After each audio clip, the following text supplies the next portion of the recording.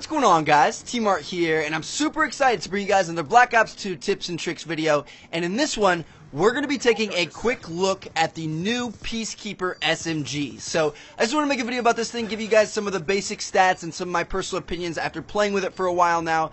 And let you guys know about it, because some of you guys may not have downloaded the maps yet. You may be waiting to see if you want to purchase the maps for this gun, and some of you guys might want to have some class setups, because I got some pretty good ones. But anyway, yeah, so this Peacekeeper SMG is a part of the new Revolution map pack. So those that bought the DLC, or those that have the season pass for Black Ops 2, get this gun for free. They can use it in their creative class and run around in multiplayer with it, just like any other gun. Now, the people that don't have the map pack, if you kill somebody in-game that has this gun, you can pick it up and you can use it. So it's not going to glitch you out for having something you don't have unlocked or anything. You can pick it up off of people in-game if you don't have the map pack. So that's kind of cool. Now, as for the stats for this thing, it's one of the weaker SMGs in the game, unfortunately. Now, don't get me wrong, I mean, it's not god-awful. It's still pretty good. You can still do pretty well with it, but it's just nothing like a PDW or an MSMC or any of the other big dogs that a lot of people use. So, as for damage, it's 4 shots to kill up close and 5 shots to kill at a distance, which is the same as all the other SMGs in the game,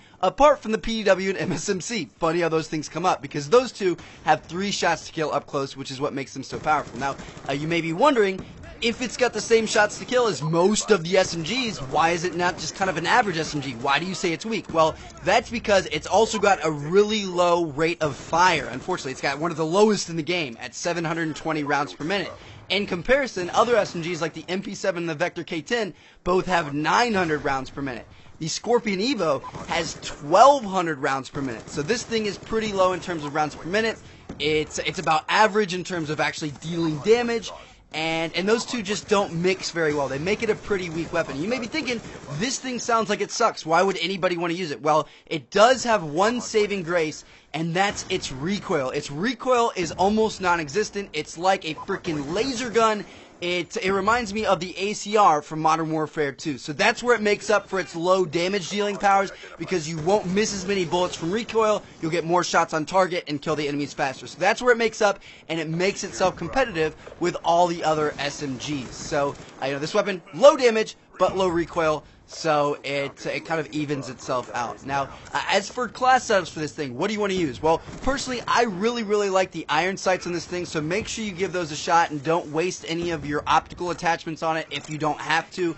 And then also, an absolute must for this weapon for me is rapid fire. That's what makes this gun an okay gun into a pretty good gun, because it increases its low rate of fire problem, and it doesn't affect the recoil all that much, because the recoil is so low to begin with. So if you put rapid fire on this thing, along with whatever else you want, maybe a long barrel, maybe a stock, whatever you want, it suddenly becomes a pretty powerful weapon in this game. Again, it's not a PDW or an MSMC, but it's definitely fun to use. You can do well with it, and it's something new. You want to mix it up and have new guns to play with.